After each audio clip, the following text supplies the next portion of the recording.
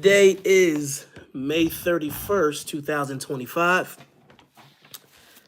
And it's also day 26 of me studying the subject of leadership. Doing this because I desire to develop into a leader that is able to build a church of 2,000 partners that impacts the world with the word of truth.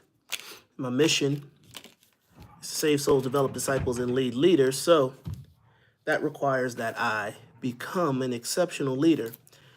And some years ago, I read a book, I believe by John Maxwell, that said if you study a subject for 1 hour a day for 5 years, you become a master at it. So I'm putting that to the test. For the next 1,825 days, I'll be studying the subject of leadership. I'm hoping to do it consecutively without stopping. Either way, we're going to finish this.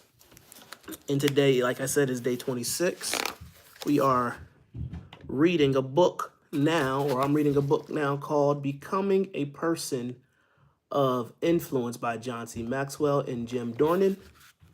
I am on page 204 of this book, and I'm going to continue reading it today. Now, you may be asking, why am I doing this on YouTube Live? Well, for me, it's just a tool to use for accountability, and it's helping me practice consistency. So for the last 26 days straight, without any breaks, I have been coming on 1 hour a day, and I'm going to continue to do that. I don't have a set time. I do it whenever I have time. It's always in the back of my mind that I have to get this done.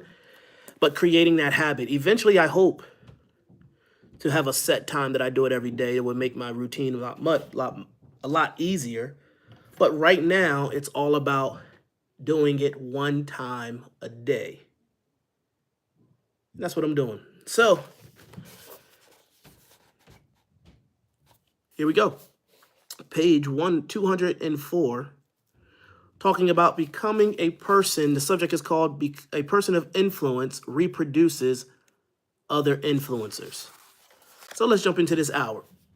It says, now you know that it takes what it takes to become a person of influence, to positively impact the lives of others. Now, I will say this because I just came on my heart. I said, this was uncomfortable for me. Getting online, reading is not my strongest talent.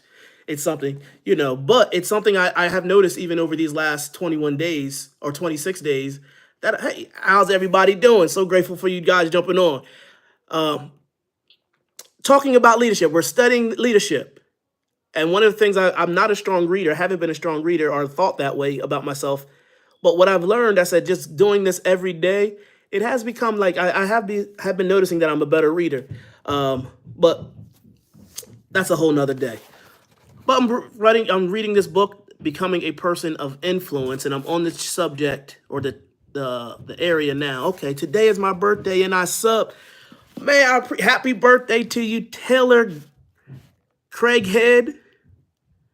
No, it's my birthday too. Wow, Jason, man, all these birthdays.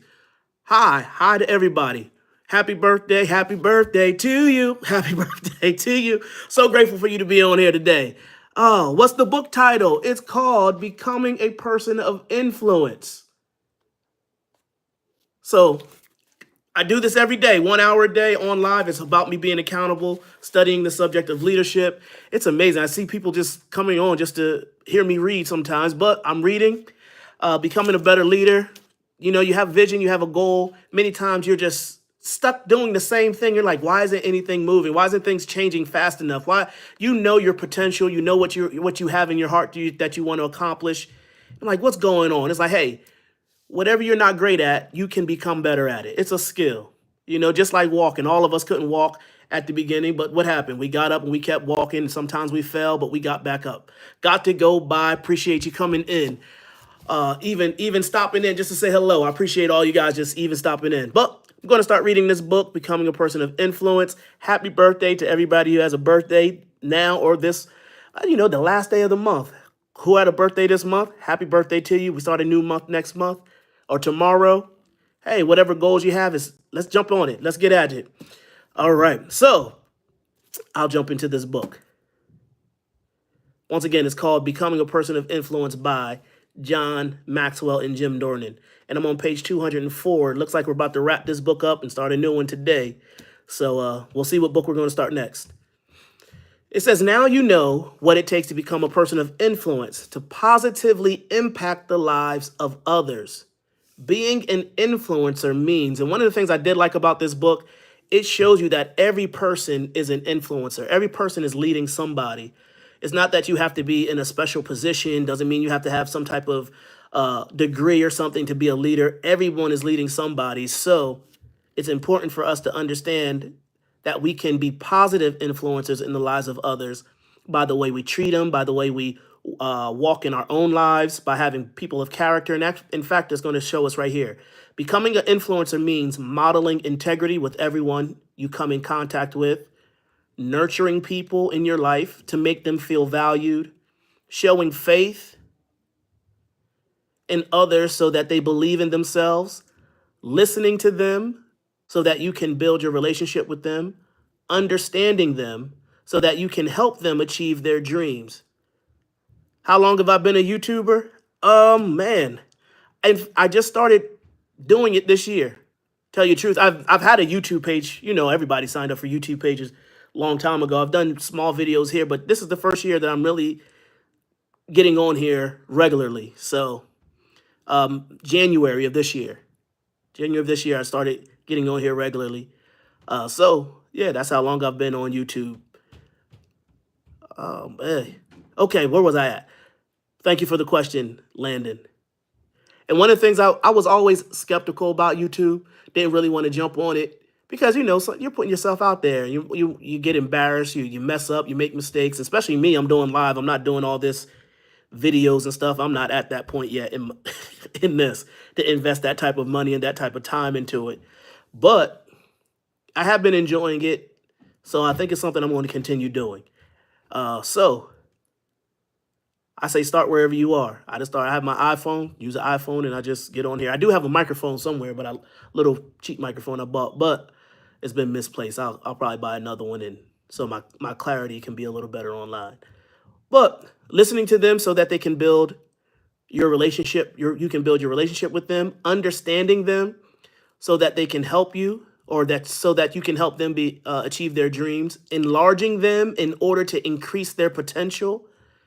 The next one is becoming an influencer allows you to navigate them through life's difficulties. That's more about being a mentor until they can do it themselves. Connecting, this is a good one too, connecting with them so that you can move them to a higher level, empowering them to become a person or the person they were created to be, and reproducing other leaders so that your influence continues to grow through others. So all that's pretty interesting to me. I like this book. I think this is something I'll probably read over and over again, maybe once or twice, or maybe once every year or every other year, because there's so much that you can extract. I can't implement it all at one time, but I'm glad I was able to read this book. It says, over the years, Jim and I worked hard to make this process more than a mere set of principles or method of working. We have sought to make investing in others a way of living. And as time goes by, we keep working to become better developers of people. Our reward is seeing the impact we make on the lives of other people. Listen to this story from Jim. One of the greatest things about becoming a person of influence is that you actually get to see the lives of others change before your eyes. I told you in previous chapters about Mitch Sala, whom I got to see blossom into a person of impact.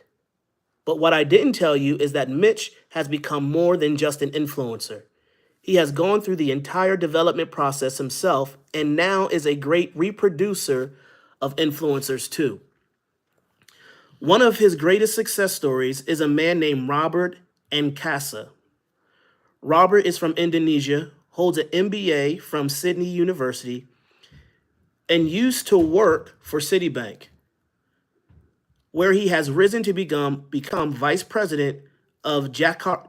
These are some words here. Jakarta by the time he was 31 or 30 years of age. Okay, Robert has always worked hard. He put himself through school driving a taxi, working in a restaurant kitchen, cleaning stadiums after concerts.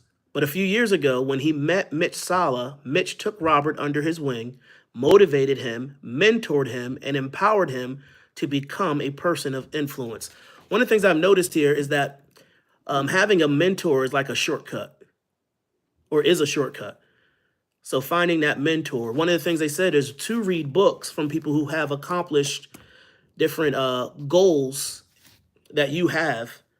And that's one way of mentoring, but having that person that you can talk to, and they can criticize you positively and give you pointers, is a shortcut to success. So that's something I will be looking for. And empowered him to become a person of influence. Robert says, the turning point in my life came when I met Mitch. At first, all I noticed was that he was a kind person. But the more time I spent with him, the more I realized that I wanted to be like him while still being myself. Mitch taught me that the way to success was through integrity and hard work. Today, I am tasting the sweetness of a new life. I enjoy the financial security that comes from hard work. But more than that, I am becoming a better person. The pleasure that I get from helping others is enormous and gives me great satisfaction. I am a better person, husband, and family man. I owe a lot of who I am today to Mitch. He is a mentor, a friend, and a parent. I thank God every day for all his blessings that I've received through Mitch. And what I am trying to do now is to be to others what he's been to me. I want to help others have a better life. The words thank you don't seem sufficient, but they're the best words I can find. All right. Today, Robert impacts the lives of thousands of people throughout Indonesia, Malaysia, China, and the Philippines. He is one of the several key business leaders whom Mitch is now mentoring, and Robert's influence is continuing to increase daily. My friend, you have the same potential as Robert Nkasa, Mitch Sala, or Jim Dornan. You can become a person of influence and impact the lives of many people, but the decision is yours. You can either develop your influence potential or let it remain unrealized. Jim gave the baton to Mitch. Mitch found Robert and taught him to run. He has successfully given the baton to Robert, and now he is running. There is one more leg, and the baton is ready. Now is your choice. Now is your chance. Reach out your hand, take the baton, and finish the race that only you can run. Become a person of influence and change your world. And that is it. This is the second book we've read. From cover to cover. And like I said, I take my time. I go back and read chapters again. But just think, 2 books down. Becoming a Person of Influence by John C. Maxwell. Wrote some amazing notes here. But it's time to jump into book number 3. Now, I had my first book that we read was The 21 Indispensable Qualities of a Leader by John C. Maxwell. The second one now is that we just finished up today is Becoming a Person of Influence by John C. Maxwell. And you know what? As I was talking to my son yesterday, I said, you know what book should we read next? And I said, you know what? Let's stick with John. Let's stick with Mr. Maxwell. So we're going to read John C. Maxwell, his book called Developing the Leader Within You 2.0. Hey, if we're going to do this, let's be serious about it. So we're studying leadership. We're studying leadership. Now, I have started reading this. I did start reading this some time ago, but I'm going to start from the beginning. And let's see what this title looks like. Let's look at this front page. It says John C. Mack, all new for today's generation of leaders. Developing the Leader Within You 2.0. And let's see what the copyright is this one. The first book was 1999. The second one was 1997. Now, I do have the original of this one, but let's see when this one was copywritten. Oh, 2018. So the new copy is 2018. The original was 1993. So let's jump into this. Looks like it's only 10 chapters. What did one person say? Leaders are readers. So I'm doing my best here. We're going to get to it. We're going to get into this. Oh my goodness, we're going to be leaders here. We're going to influence people's lives, make a great impact in the lives of people so we can impact others and change the world one person at a time. Why not? Why not do it? Preface. Here's the preface. Okay. Do I want to read all this? Let me read it. Oh, why not? We're here. Preface to, do you read the prefaces of a book? Or the preface, or however, preface of, I usually don't, but I'm going to read the preface or preface to this one. I can hardly believe that it's been 25 years since I wrote the original manuscript of Developing the Leader Within You. When I first put my 4-color pen to work, I thought I was writing my one leadership book.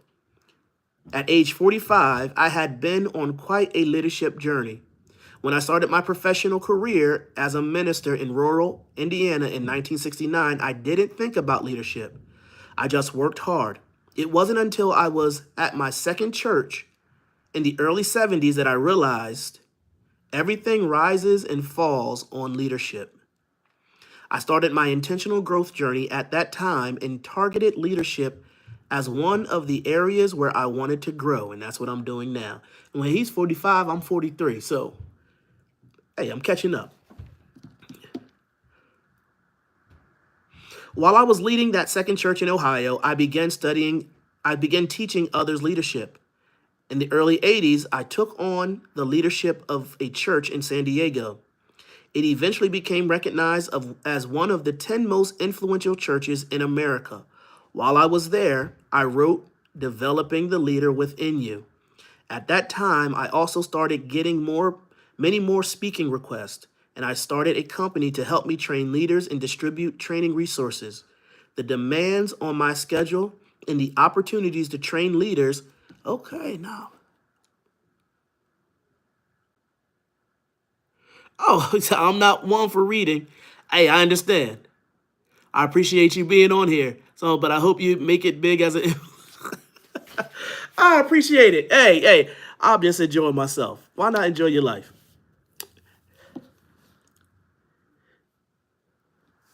All right. At the time, I started getting many more speaking requests. And I started a company to help me train leaders and distribute resources. Now, I do have a question sometimes when people say that I'm not one for reading. For me, because I wasn't one for reading as well. How has that impacted your life? Are you where you want to be in life? That would be my question. Because when people say that, like, because I was that way, I'm not one for reading. But are we where we want to be in life? And what if it was a book, like reading one book that would be the catapult or the avenue that would get you to your goal? That would make me question. So that's why I wasn't a reader. I didn't read books for years, but then I became more of an avid reader when I learned that I wasn't reaching my goals. So why not? Why not read if this is going to help me get where I want to go? Now, there's other ways of reading. Like I said, this is not just going to be reading. Eventually, I'll do videos like watch videos and things like that, but not there yet. But we'll get there. Okay. The demands on my schedule and opportunities to train leaders nationally and internationally prompted me to give up my church in 1995. I've spent my time writing, speaking, and training leaders ever since. But going back to when I wrote the first edition of this book, I prepared to write it. I thought a lot about the greatest discovery I had made in leading those 3 organizations. That leadership can be developed. So that's what he learned. He says leadership can be developed. I had developed the leader within me, and my greatest desire was to share my leadership journey with others and teach what I learned so that they could develop the leaders within them also. I thought I had much to share from the first 25 years of my leadership life. But when I look back now, I was struck by how much more I've learned in the 25 years since then. I'm already 20 minutes into this hour. That should have been no surprise to me since I've written many additional books on leadership. But sometimes you don't realize how far you've traveled until you go back and look at where you were. It's like going back to the home you grew up in 25 years later. It's a lot smaller than you remember. Wow. I can't tell you how excited I was or I am to share with you the things I've learned since I wrote this book. There's so much to tell that I can hardly contain myself or contain it in just 10 chapters. I have extensively rewritten this book. That's why I call it 2.0. It still contains the foundational lessons for becoming a good leader. It's still the first book I recommend that people read to start their leadership development journey. And it's still the book I recommend that leaders use to mentor others in leadership. But I've taken great pains to give it greater depth, to focus it more specifically on a leader's needs. For example, instead of doing general teaching on integrity and attitude, as I did in the original version, I look more specifically at how those characteristics can make someone a better leader. In addition, I also removed 2 chapters that were focused on developing staff, which I cover in depth in other books, and replaced them with 2 new chapters of topics vital to developing you as a leader: servanthood, the heart of the leader, and personal growth, the expansion of leadership. I look back now and think, how in the world did I miss those the first time around? If you read the original version of the book, you're going to be pleased by all the new material and insights I've included in this new 2.0 edition celebrating the book's 25th anniversary. I can't imagine offering a better leadership tune-up than this. Now, I have read Developing a Leader Within You. In fact, I think it's in here somewhere. Where at? I do not know. But it's in here somewhere. I have it. But I'm excited about reading this. Why? Because a lot of things you as you grow, just like he was saying, as you grow, you learn that you can become better, or the things that you thought you knew before and what you know now are vastly different, and you can implement those things in your life now. Oh, I don't know if that made sense, but it made sense to me. Okay.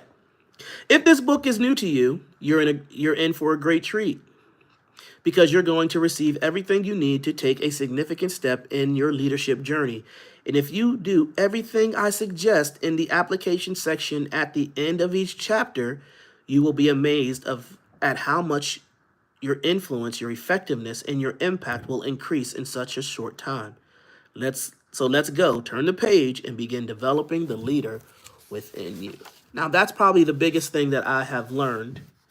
I would read books, and that's simply what I was doing, reading them, getting information, but I was not implementing it. And one of the things that I'm learning now is that it's not about reading or getting the information in you. It's about implementation. As you know, I believe in the Bible, and the Bible says in Proverbs that wisdom is the principal thing. Wisdom is the application of knowledge, or the application of information. So it's not about just getting information. It's applying it so you can make an impact in your life and the lives of others. So chapter 1, the definition of influence. Everyone talks about it. Few understand it.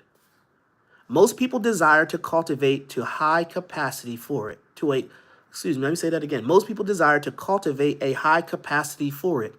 Few actually do. I can put my hands on more than 50 definitions and descriptions of it from my personal files.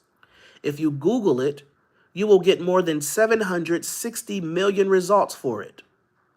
What am I talking about? Leadership.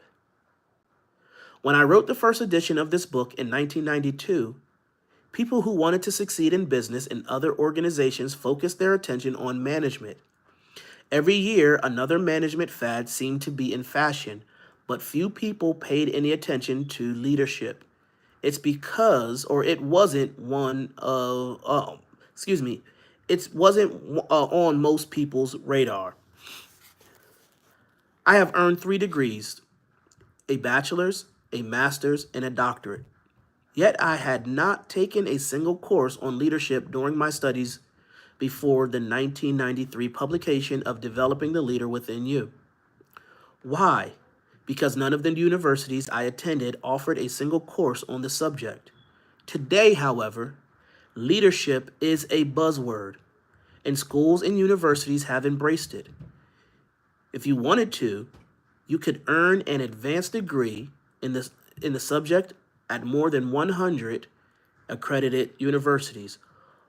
All 3 of the universities I attended now offer courses on leadership. Why has leadership become so important? It's because people are recognizing that becoming a better leader changes lives. Everything rises and falls on leadership.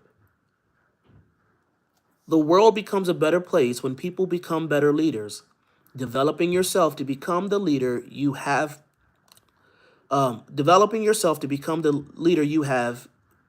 potential to be will change everything for you. It will add to your effectiveness, subtract from your weaknesses, divide your workload, and multiply your impact. I like that. That's a good sentence, in my opinion. Why many people don't develop as leaders. More and more people recognize the value of good leadership, yet not very many work to become better leaders. Why is that? Despite the widespread prevalence of leadership books and classes, many people think leadership isn't for them. Maybe it's because they make one of these assumptions. Here's the first assumption. I'm not a born leader, so I can't lead. Leaders are not born. Well, okay, they're born. I've never met an unborn leader, and I wouldn't want to. What I really mean is that your ability to lead is not set at birth. While it's true that some people are born with more natural gifts that will help them lead at a higher level, everyone has the potential to become a leader, and leadership can be developed and improved by anyone willing to put in effort. Now, that is one of the sentences that I read some time ago that intrigued me because I never looked at myself as a leader. I never saw myself influencing other people in a great way. But when he said this in his book, that leadership can be developed and improved by anyone willing to put in the effort, I said, one thing that I've always been willing to do is put the work in. I'm willing to put the effort in, the time in. And if he's saying that I can become a better leader because I put time into this, and I put effort into this, and I put 100% into it, I said, that I can do. And that's what I'm making a decision to do. That's why we're doing this. That's why I'm doing this. Well, 1,825 days I'm going to go. I'm hoping to do it straight consecutively without stopping studying the subject of leaders. But that was one of my thoughts. I'm not a born leader, so I can't lead. Here's another assumption. A title and seniority will automatically make me a leader. I believe this kind of thinking was more common in my generation and that of my parents, but it can still be seen today. People think that they need to be appointed to a position of leadership when the reality is that becoming a good leader requires desire and some basic tools. You can have a title and seniority and be incapable of leading, and you can have no title or seniority to be a good leader. That is something you see all the time. I saw that the other day when I went to a restaurant where the manager was just yelling at people, yelling at his coworkers. I'm like, man. And now that I'm studying leadership, I see it more often. I'm aware of it. I was like, why is he yelling at, or she actually, why is she yelling at people using foul language and things like that? I would have just got up and left if I worked for her. But it's because I would think, or I suspect, that they think that being a leader is a title. But being a leader, you learn from John Maxwell and others, is that being a leader is influence.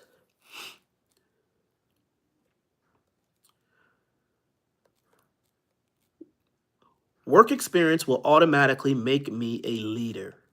Here's another assumption. Leadership is like maturity. It doesn't automatically come with age. Sometimes age comes alone. Tenure does not create a leadership ability or does not create leadership ability. In fact, it's more likely to engender entitlement than leadership ability. Here's another assumption. I'm waiting until I get a position to start developing as a leader. This last assumption has been the most frustrating to me as a teacher of leadership.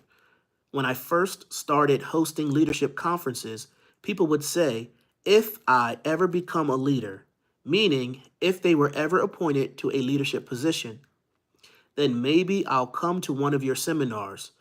What's the problem? As legendary UCLA basketball coach John Wooden said, when opportunity comes, it's too late to prepare. When opportunity comes, it's too late to prepare.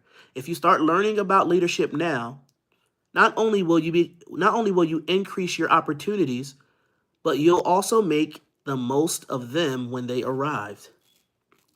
How will you develop the leader within you? That's the question. The bottom line is that if you've never done anything to develop leadership or yourself as a leader, you can start today. And if you have already begun your leadership journey, you can become a better leader than you already are by intentionally developing the leader within you. What will it take? That's the subject of this book. These 10 chapters contain what I consider to be the 10 essentials for developing yourself as a leader. I've also created free bonus materials that you can access at maxwellleader.com. Included is an assessment that will help you to gauge your current leadership ability. I encourage you to take it before reading any further. Now, I have taken that assessment. Let's start with the most important concept of the 10, influence. After more than 5 decades of observing leaders around the world and many years of developing my own leadership potential, I have come to the conclusion leadership is influence. That's it. Nothing more, nothing less.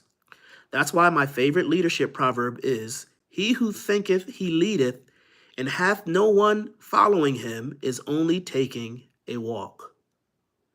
For you to be a leader, someone has to be following you. I love what James C. Georges,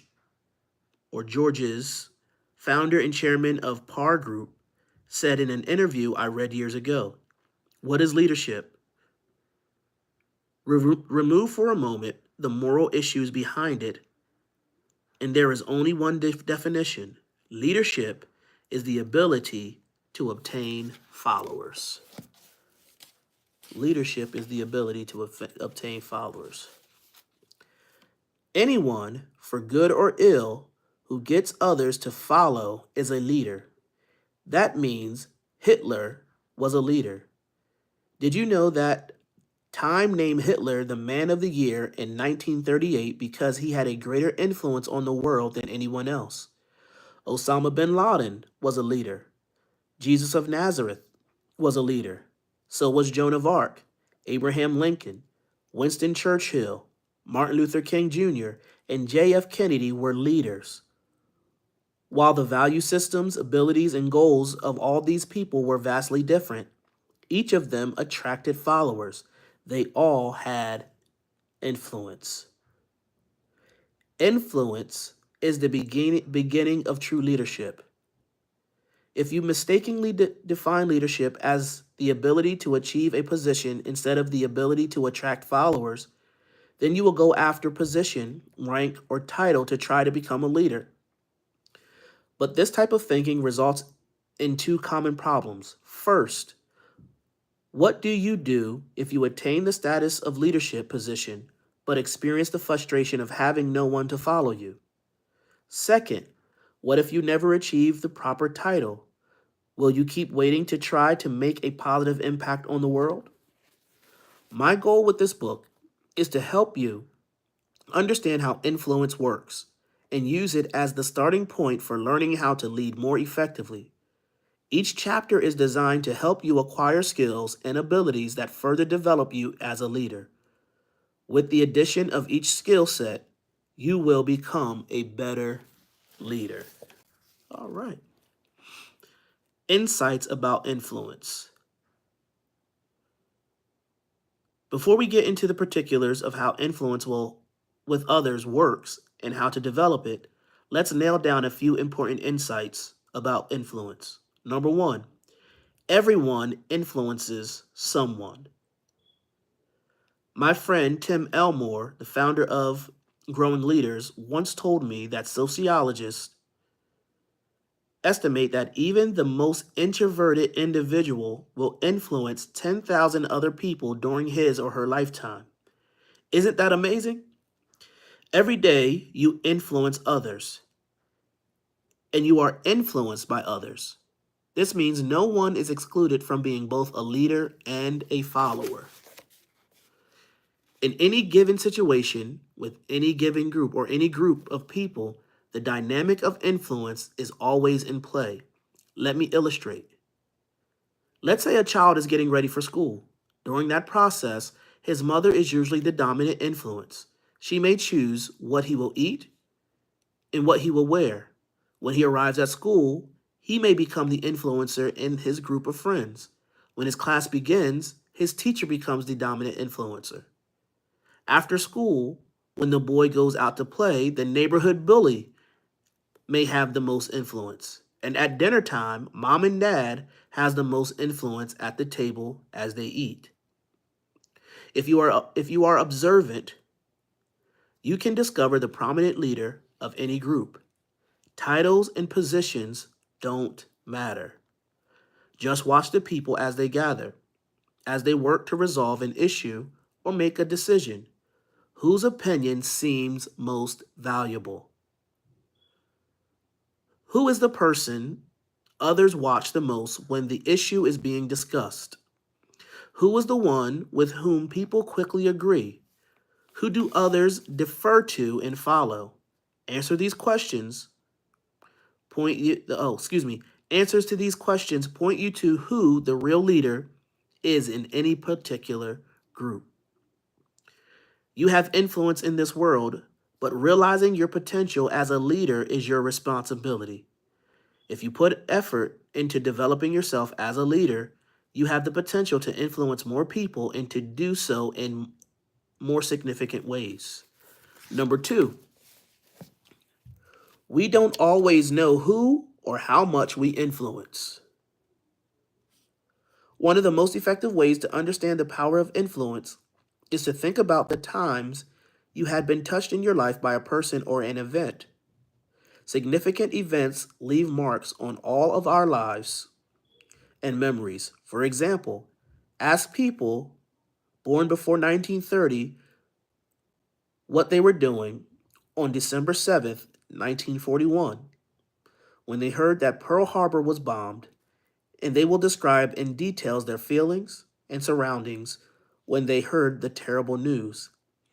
Ask someone born before 1955 to describe what he or she was doing on November 22nd, 1963, when the news that John F. Kennedy had been shot was broadcast. And that's true because my mother was born in 1955, and she could recall what she was doing when she heard about John F. Kennedy being shot. Again, you will hear no loss for words. Each generation remembers events that mark them. The day the Space Shuttle Challenger blew up, the tragedy of 9/11, the list goes on. What major event stands out to you? How is that event continuing to influence your thinking and actions? Just think about that. 9/11. I was old enough to remember that. I was in my teens, I believe, my late teens. And I remember where I was when I heard about what happened. And it does. It let you know. It let me know then that America could be attacked,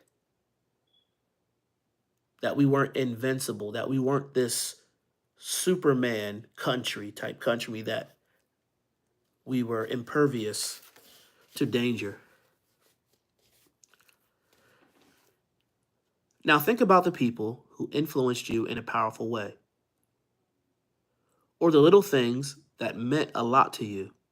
I can point to the influence of a camp I attended as a youth and how it helped me determine my career choice. My seventh grade teacher, Glenn Leatherwood, began to stir a sense of calling in my life that I continue to live out today in my 70s.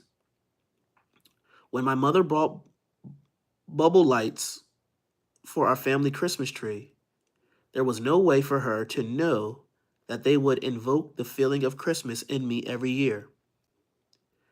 The affirming note I received from a professor in college kept me going at a time when I was doubting myself. My list is endless, so is yours. We are influenced every day by so many people. Sometimes small things make big impressions. You have been molded into the people, we have been molded into the people we are because or by those influences. And we mold others, often when we least expect it. Author and educator J.R. Miller said it well. There have been meetings of only a moment which have left impressions for a life, for eternity. No one of us can understand that mysterious thing we call influence. Yet out of every one of us continually virtue goes, either to heal, to bless, to leave marks of beauty, or to wound, to hurt, to poison, to stain others' lives. Number 3, and once again, we're talking about the insights about influence. The best investment in tomorrow is to develop your influence today. What's your greatest influence possibility for the future? The stock market, real estate holdings, more education?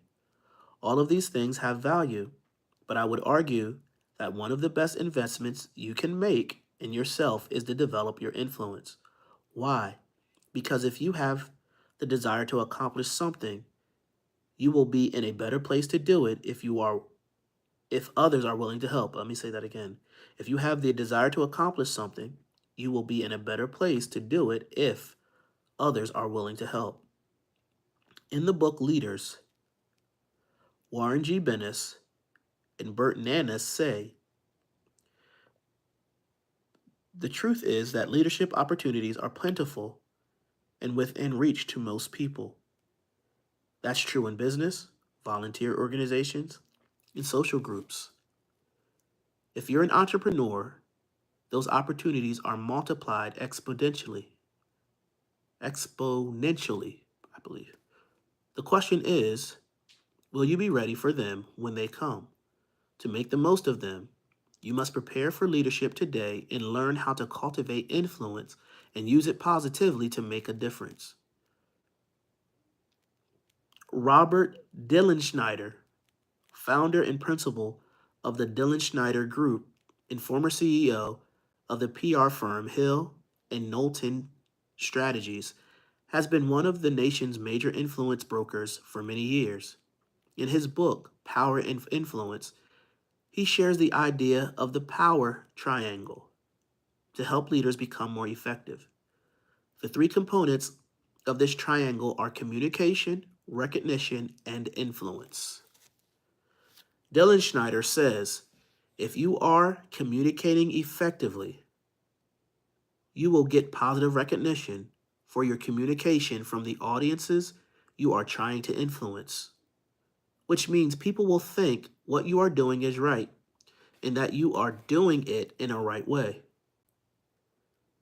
When you get positive recognition, your influence grows.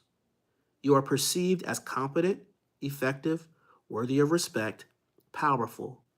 Power comes from remembering and using the linkage of communication, recognition, and influence. As a leader, I followed that pathway to better leadership because communication is one of my gifts. As I became a better communicator, I did receive recognition. Soon, I was being asked to teach on the subject of leadership, but I also sensed that leadership was more complex than just communication, recognition, and influence. I began thinking about how I could develop a model that would help others understand how influence works, and more importantly, how to develop influence in their own lives. I knew that if the people I helped invested in their influence, they would be able to make a positive impact in their world, wherever that happened to be. The 5 levels of leadership. Now, this is what John Maxwell is famous for. These 5 levels, well, of course, leadership, but these 5 levels of leadership. I began studying influence. Oh, wow, less than 15 minutes left. I began studying influence more carefully, and I also drew upon my own leadership experience and what I observed in leaders I respected and admired. What I discovered is that the influence can be developed in 5 stages. I turned those stages into a tool that I call the 5 levels of leadership.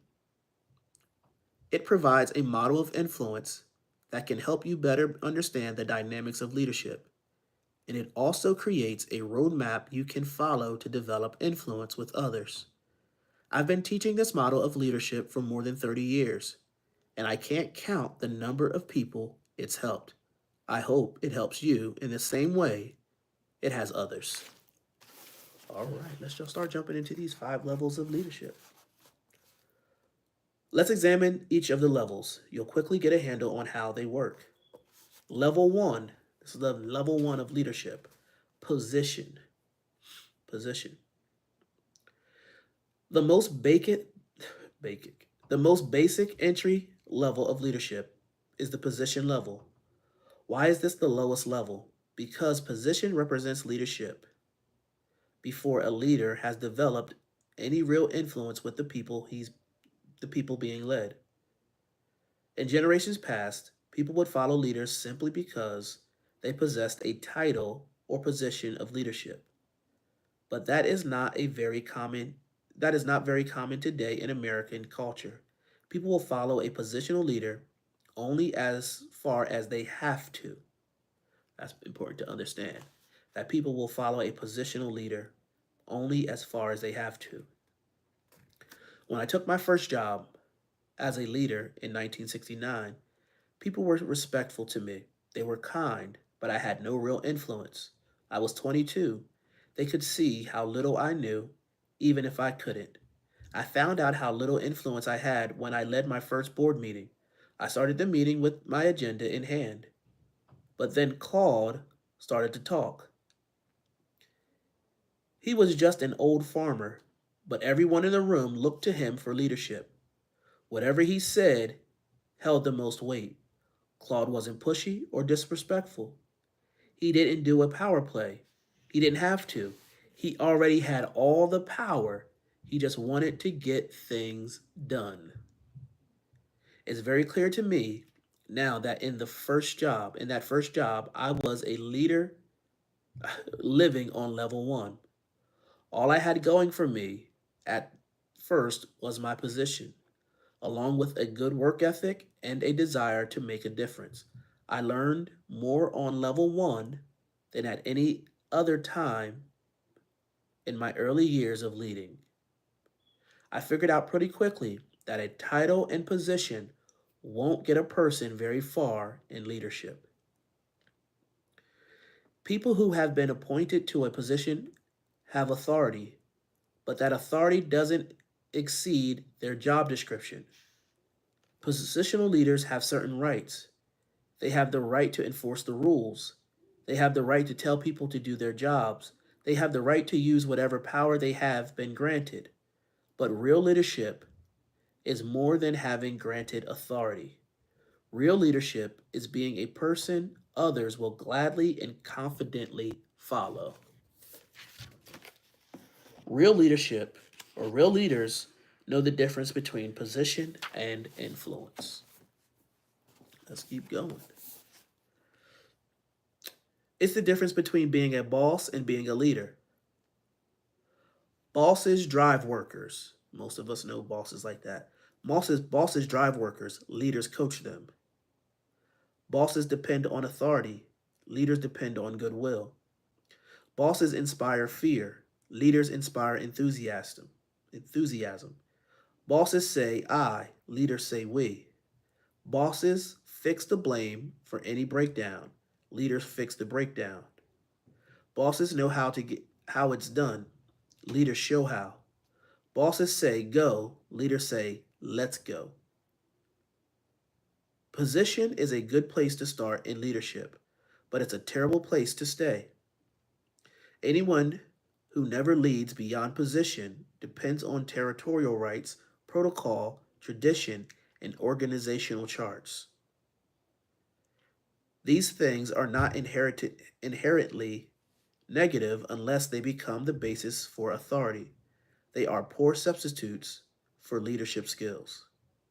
If you have been in a leadership position for any length of time, how do you know whether you are relying too much on your position to lead?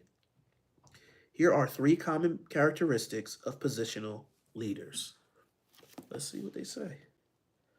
Positional leaders look for security based on title more than talent. There's a story about a private during World War I who saw a light in his trench on the battlefield and shouted, "Put out that match.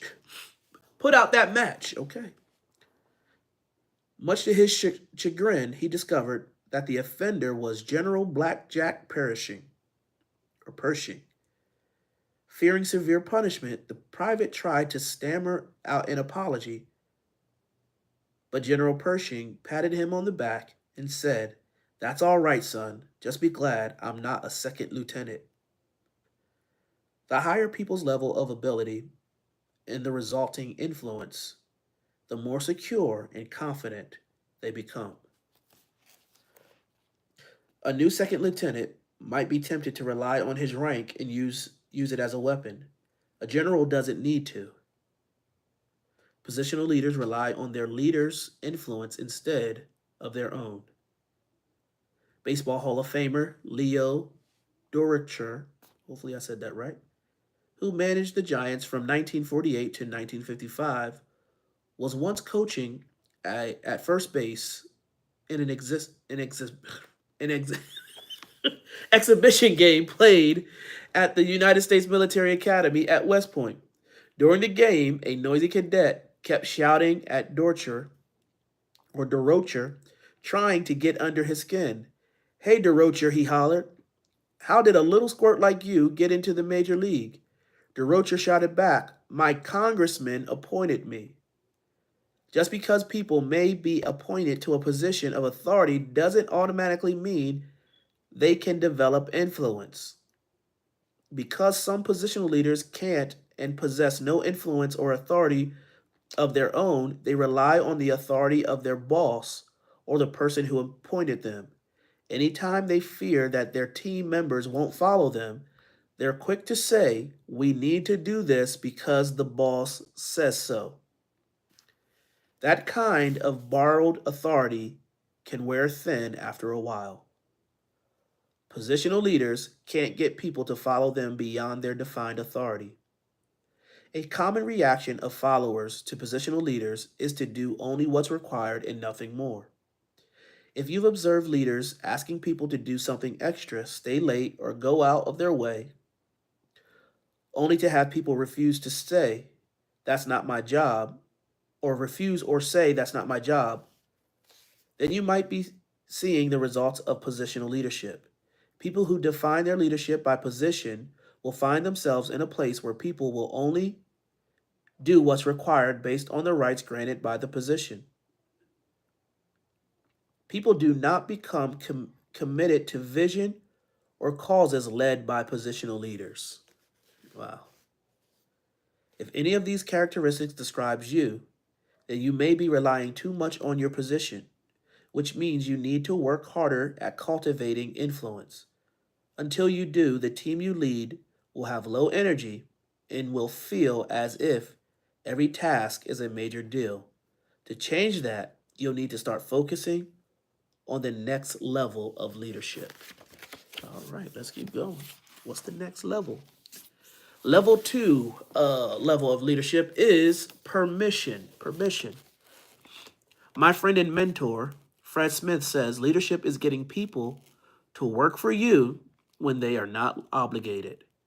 That is the essence of the second level of leadership, permission.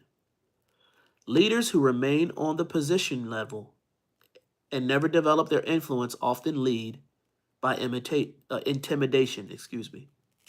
They are like the chickens that Norwegian psychologists, really,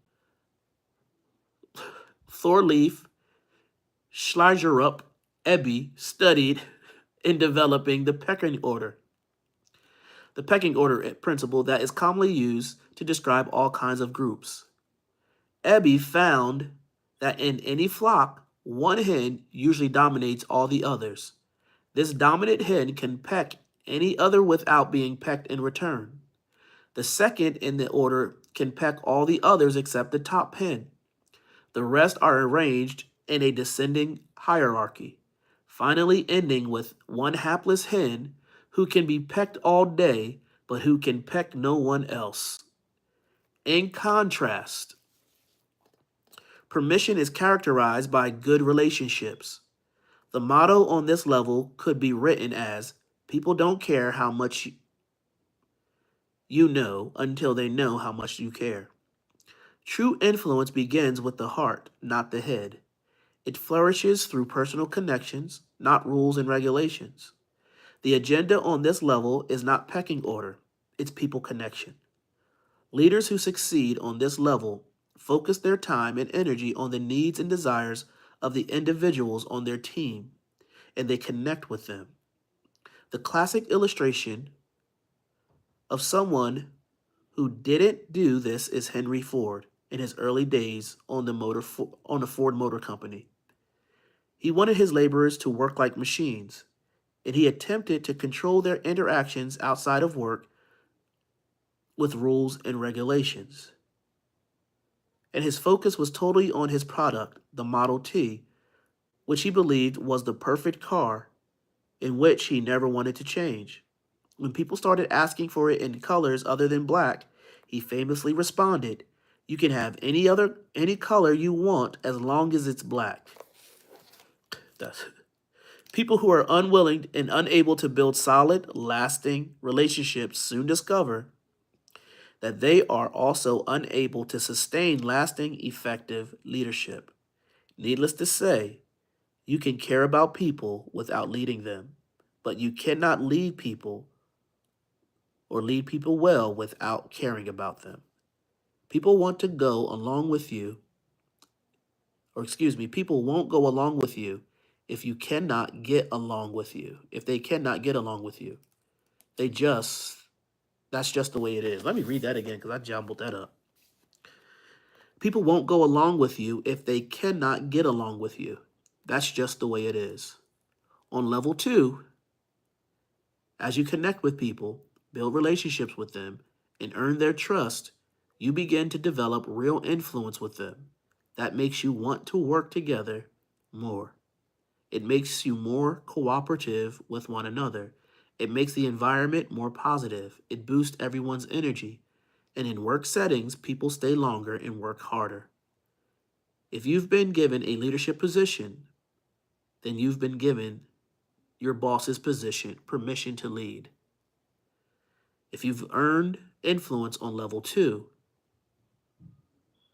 then you have acquired your people's permission to lead.